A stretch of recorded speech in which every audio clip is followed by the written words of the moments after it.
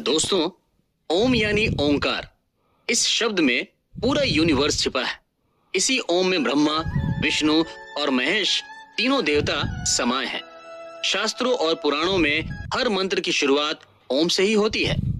हिंदू धर्म में ओम को बहुत ही पवित्र माना गया है। कहा जाता है कि ओम शब्द पहली बार भगवान शिव के मुख से ही निकला था, इसलिए भगवान शिव का एक नाम ओंकार भी है। ओमकारेश्वर में भगवान शिव खुद ओंकार के रूप में विराजमान है। जिस पर्वत पर भगवान शिव का मंदिर है वो पूरा पर्वत ही ओम के शेप में बना हुआ है। इसी वजह से इस ज्योतिर्लिंग का नाम ओमकारेश्वर ज्योतिर्लिंग है। ओम के शेप में बने इस पर्वत पर 100 से ज्यादा छोटे बड़े मंदिर हैं, जहां हिंदू कम्युनिटी से जुड़े सभी देवताओं के मंदिर हैं। ओमकारेश्वर ज्योतिर्लिंग से करोड़ों लोगों की आस्था जुड़ी हुई है। ओमकारेश्वर ज्योतिर्लिंग मध्य प्रदेश के खंडवा जिले में स्थित है। पौराणिक कथा के अनुसार ऐसी मान्यता है कि ओंकार पर्वत पर भगवान श्री राम के पूर्वज राजा मंधाता ने भगवान शिव की कठोर तपस्या की थी। उनकी तपस्या से खुश होकर महादेव ने उन्हें दर्शन दिए और वरदान मांगने के लिए कहा। तब राजा मांधाता ने भगवान शिव से मोक्ष की कामना की और उन्होंने भोलेनाथ से कहा कि वो हमेशा के लिए उसी ओंकार पर्वत पर बस जाए। राजा मांधाता को आशीर्वाद देते हुए भगवान शिव इसी ओंकार पर्वत पर ओमकारेश्वर ज्योतिर्लिंग के रूप में विराजमान हो गए। ओमकारेश्वर ज्योतिर्लिंग के बारे में कहा जाता है कि ये कोई हाथों से बनाया गया शिवलिंग नहीं है, बल्कि ये खुद अवतरित हुई ज्योतिर्लिंग है, जो कि जमीन से निकली हुई है। इस ज्योतिर्लिंग के चारों तरफ हमेशा पानी भरा रहता है। कहते हैं कि मां नर्मदा भगवान शिव का 24 घंटे अभिषेक करती है। ओमकारेश्वर आने वाला हर शिव भक्त अपने भगवान की पूजा विधि विधान और सच्चे मन से करता है।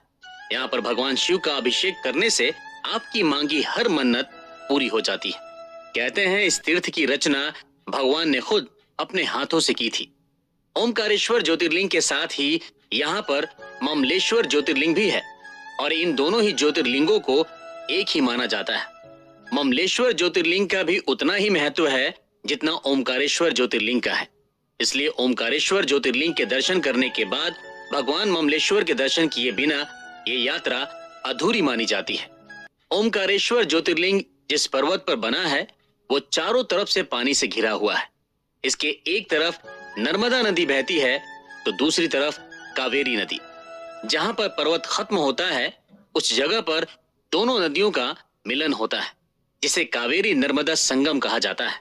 ये संगम भक्ति और भावना का संगम है। कहते हैं सच्चे मन से संगम में डुबकी लगाने पर सारे पाप धुल जाते हैं। जब आप किसी तीर्थ में जाते हैं तो उसका फल आपको सिर्फ एक बार मिलता है, लेकिन ओमकारेश्वर में पहुंचे हर भक्त को यहाँ पर 3 गुना फल मिलता है। ऐसी मान्यता है कि यहाँ पर भगवान ओमकारेश्वर, भगवान ममलेश्वर और मां नर्मदा नदी विराजित है। मां नर्मदा को कलयुग की गंगा भी कहा जाता है। मां नर्मदा अपने भक्तों की हर मन्नत को सुनती है। जिसकी भी मन्नत पूरी हो जाती है वो नर्मदा नदी में चुनरी चढ़ाता है। भोले भंडारी बड़े ही दयालु हैं। वो अपने यहाँ आए हर भक्त की झोली भरते हैं। ओमकारेश्वर ज्योतिर्लिंग मंदिर के बारे में भी थोड़ा जान लेते हैं। ये मंदिर 5 फ्लोर में बना हुआ है। सबसे नीचे ओमकारेश्वर ज्योतिर्लिंग है, जहाँ गर्भगृह में भगवान शिव का हजारों साल पुराना शिवलिंग स्थापित है। ओमकारेश्वर ज्योतिर्लिंग में जल रही अखंड ज्योति सालों से जल रही है। यह मंदिर हजारों साल पुराना है, जो कि कई पिलर पर टिका हुआ है। पूरे साल ओमकारेश्वर मंदिर में हजारों लाखों लोग दर्शन करने आते हैं। मंदिर की पहली मंजिल पर भगवान महाकालेश्वर का मंदिर है।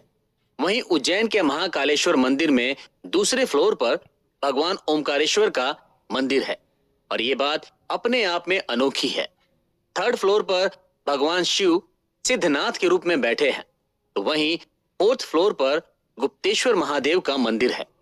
5वें और आखिरी फ्लोर पर ध्वजेश्वर महादेव के दर्शन होते हैं। इसी के ऊपर भगवान ओमकारेश्वर की ध्वजा भी लहराती है। मंदिर में सुबह, दोपहर और शाम को 3 बार आरती की जाती है।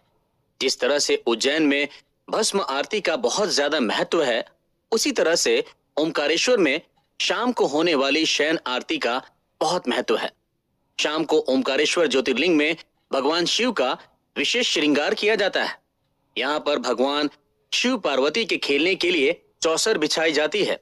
मंदिर में काम करने वाले पंडितों का कहना है कि वो लोग जब सुबह मंदिर का दरवाजा खोलते हैं तो चौसर पूरी तरह से बिखरी मिलती है। ऐसा माना जाता है कि भगवान शिव और मां पार्वती रात में यहाँ पर चौसर खेलने आते हैं और ऐसा सदियों से होता आ रहा है। रात के समय मंदिर के अंदर रुकने की परमिशन किसी को नहीं होती है। शयन आरती के बाद दरवाजे पूरी तरह से बंद कर दिए जाते हैं। शिवरात्रि, सोमवती अमावस्या, नर्मदा जयंती और गंगा दशहरा जैसे मौकों पर ओमकारेश्वर में श्रद्धालुओं का सैलाब उमड़ पड़ता है। श्रद्धा से भक्त बाबा के दरबार में हाजिरी देने पहुंचते हैं।